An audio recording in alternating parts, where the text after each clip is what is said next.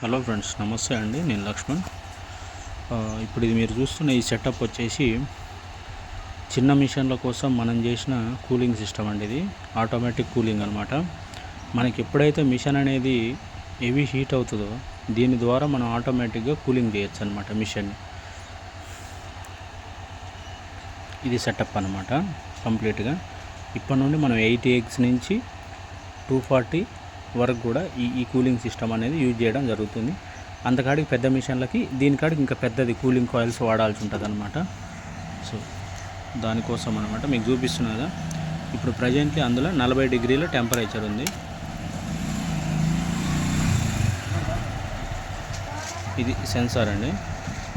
దీనికి వెనక సైడ్ నుంచి మనకి కూల్ అవుతూ ఉంటుంది ప్యానల్. కొంచెం మీరు చూడవచ్చు ఇప్పుడు ఇక్కడ 36, 35, 31.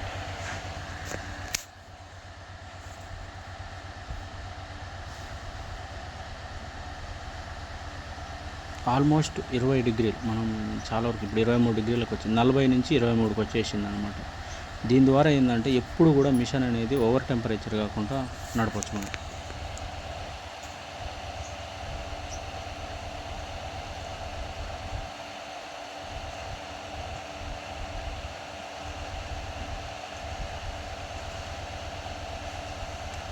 ఇలా అనమాట.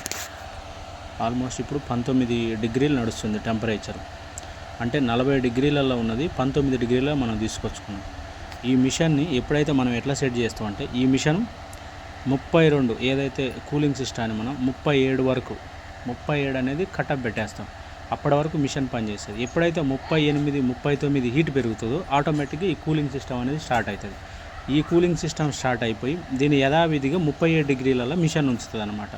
మనకి ఎర్రటి ఎండకు పెట్టినా ఇదే ఆటోమేటిక్గా అదే కూల్ అవుతూ ఉంటుంది. ఎంత 40 డిగ్రీలు బయట 50 డిగ్రీలు ఉన్నా బయట మనకి ఈ మిషన్లో 40 డిగ్రీలు మెయింటైన్ చేస్తుంది. ఇప్పుడు మీరు చూస్తారు 18 డిగ్రీలకు వచ్చేసింది ఆటోమేటిక్గా. అంత టెంపరేచర్ అనేది తగ్గిపోయింది. లైవ్ టెంపరేచర్ వచ్చి ప్రజెంట్లీ 40 డిగ్రీలు ఉంది ప్రస్తుతానికి. ఓకేనా. ఇప్పటి నుంచి మన అన్ని చిన్న మిషన్లలో కూడా ఈ సెటప్స్ అనేది బిగించడం జరుగుతుంది. దీన్ని ఇంకా కూడా డెవలప్ చేస్తాం. ఇది కంప్లీట్గా డీసీ అనమాట. మనకు కావాలనుకుంటే హీట్ కూడా జనరేట్ చేసుకోవచ్చు దీని ద్వారా. అవసరం అనుకుంటే హీటర్తో కూడా పని ఉండదు. దీని ద్వారా మనం హీటర్ని కన్వర్ట్ చేసేయచ్చు. సో దానివల్ల హీట్ కూడా వస్తుంది. మనకి డీసీ మీద నడుస్తుంది. ఫర్దర్గా ఫ్యూచర్లో మనం ఖచ్చితంగా సోలార్ ప్యానల్ మీద కూడా మిషన్ ఇద్దాం.